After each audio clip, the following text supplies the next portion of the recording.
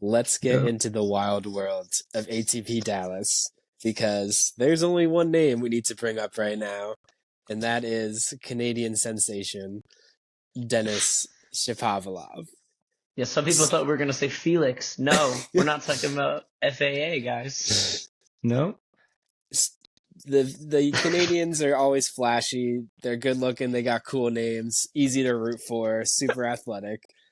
But finally, especially DENIS... Milos Raonic, that hair. Anyway.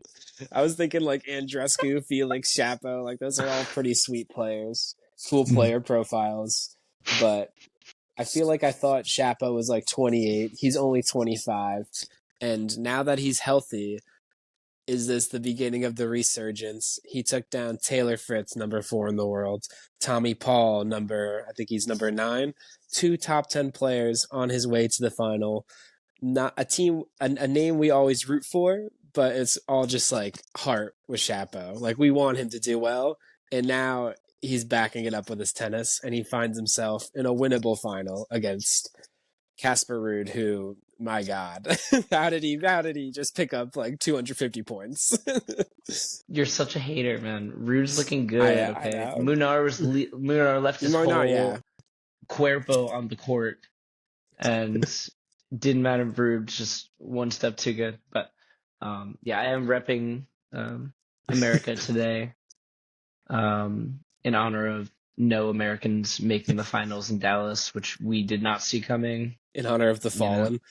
Yeah, exactly. Like incredible proportion of Americans just losing in Dallas. It probably has to do with it becoming a 500. But anyway, Shelton going down, TP going down, Fritz going down.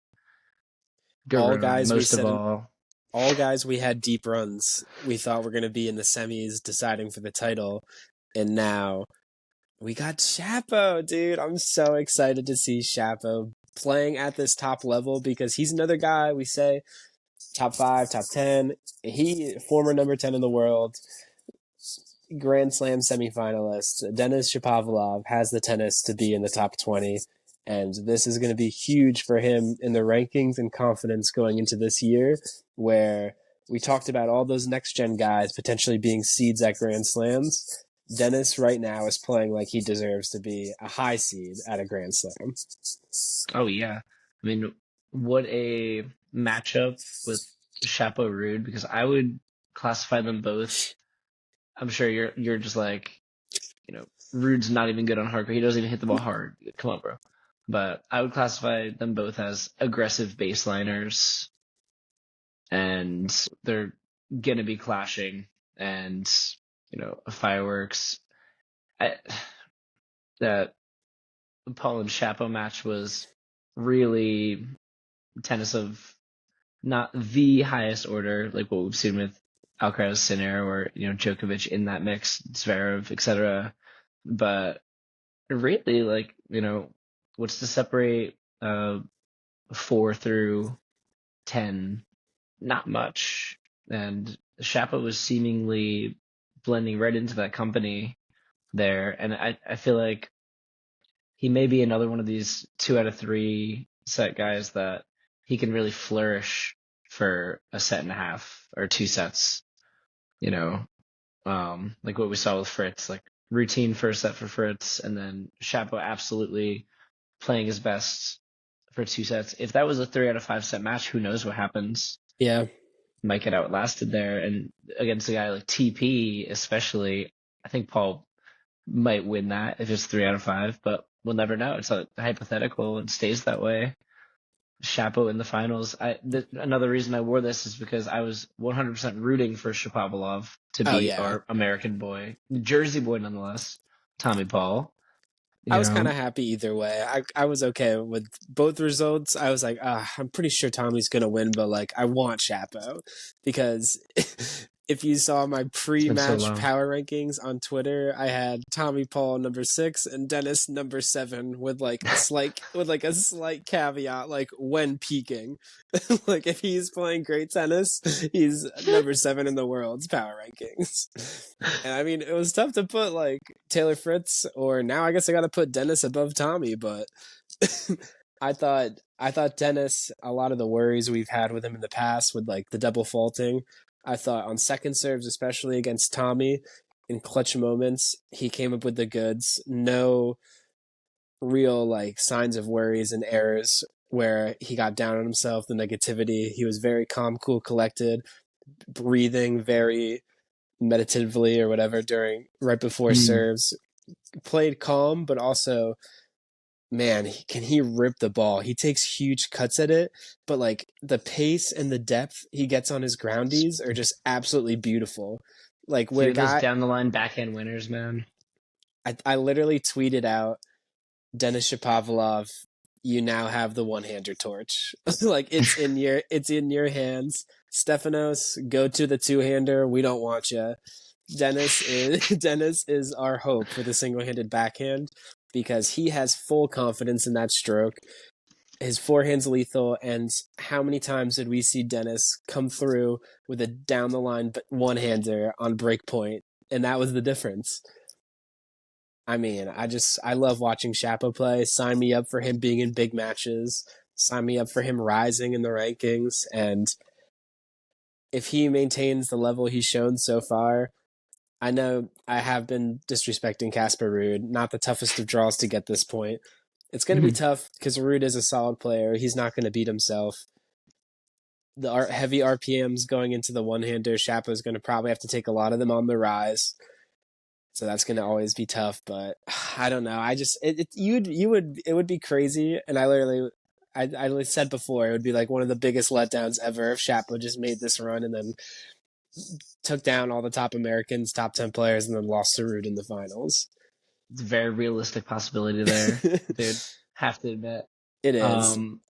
It could definitely happen. What I was gonna say though is, we were excited to speculate about Ruud and Paul, which is a completely different matchup than Ruud and Shapo. And Paul and Ruud are more similar than Shapo is to either of them. So in a way, what we just saw was Paul playing, like we say, it's all relative, okay? All these guys are aggressive. Like, you can't literally be passive, right? But he's kind of, he has a unique style of kind of slappy forehands and makes it work for him. Very just smooth groundies, makes it look effortless, but he's ripping the ball. Oh yeah. Shapo is just like rips it, like you can tell how hard he's hitting that ball. Oh yeah. And I think Ruud, as big of a hitter as he is, I think Shapo, as he kind of always is, like I was hinting at, I don't know, when we talked about him last, he seems to always kind of be in charge, of his own like destiny, in charge of the point. Like, I don't think it's going to be any different against Ruud. It's just a matter of, can he back it up again? Because this is what he's been missing, and why our initial pick for the year was Shapo's going to have one disproportionately like crazy good result at like 1,000 or 500, and nothing else is going to happen this year. And it happened the second month of the season. And could it be that it just happened to be in February 8th? I don't think so. I think this is a sign of good things to come for Dennis. And like you said, it's going to be a seed this year. Like, come on. Like, it's easier draws. If he's doing this to top 10 players, right, then it kind of seems like that's where he belongs. And we've been saying that for years. And the last 2 years specifically, it's just like, it was like him and Dominic Thiem were just like, what is going on? And Thiem, I get it, that wrist injury and mentality, it's hard to get over it. And Shapo, I don't know if he was out with an injury. Yeah, he was struggling. I think he had some knee stuff. but So he belongs in the quarterfinals and semifinals of slams. That's the level. If he can, it's all yeah, about maintenance for him. Can he maintain this level? Because now he's flashed it. Now he's shown he can beat these top guys up to top five. Taylor Fritz is a top five player right now. Can he keep literally. doing? So is Casper Ruud. Hmm. This would be three top 10 players. He goes on his way to the finals if he takes this Dallas Open right now. Yeah, and Paul has only been rising for the past like year or two, so he's like a newly top 10 player In trying to form. rise even more. Yeah, in form. And Yeah. let's go, Dennis. I 100% want Dennis to win, and I'm gonna, Yes. I'm gonna say that he actually wins. Like I I do think it's too. a realistic like. I wonder for you bettors out there. I wonder what the lines look like I think because he's going to be the favorite. The yeah, line's I'd be not out yet. surprised if it was like Chapo's a huge underdog. I would be surprised because I think that would be short sighted. I think that the way he's looked this tournament, he could beat another top 10 player I in think Casper Shapo. Ruud. I would if I had to make the line, I would put Shapo at like minus 150. Because I think on these hard courts, especially the way he's serving, he's been pinning lines and the leftiness to draw them out wide. He's just got the offensive game on these hard courts to be such a tough player to deal with. And yes, Casper has the defense and the rally tolerance to trouble Chapo and make life difficult. But at the end of the day, the match is on Dennis's racket. So can he go and take it and lift the trophy? And I'll try to think of another funny thumbnail to do. And Yeah, I don't it's think we're gonna like, top this one. yeah, I know. Oh gosh, we are literally joking about me making the I thumbnail can't like believe it. midway through the first set of You were Tommy like, Paul. sorry, I got way ahead of myself, and then he literally did it.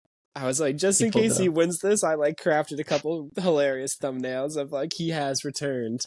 And man, Chapo is officially back. I think even if he goes and loses this tournament, big things on deck for this year for him. Only going to build Hell for yeah. it, we hope. But yeah, some great tennis coming up on Sunday before the Super Bowl. If you need some money to go bet on the Super Bowl, try to tail our picks, and then maybe it's a very profitable day for everyone. But Wow. Jeremy, great talking tennis with you. If you guys have been enjoying our picks and Rotterdam and Dallas content, feel free to subscribe and follow us along because we're going to keep doing this all year for every tournament. Tennis does not sleep, and I haven't been sleeping much either. uh, Peace out, uh, Double Fall fam. keep faulting out there.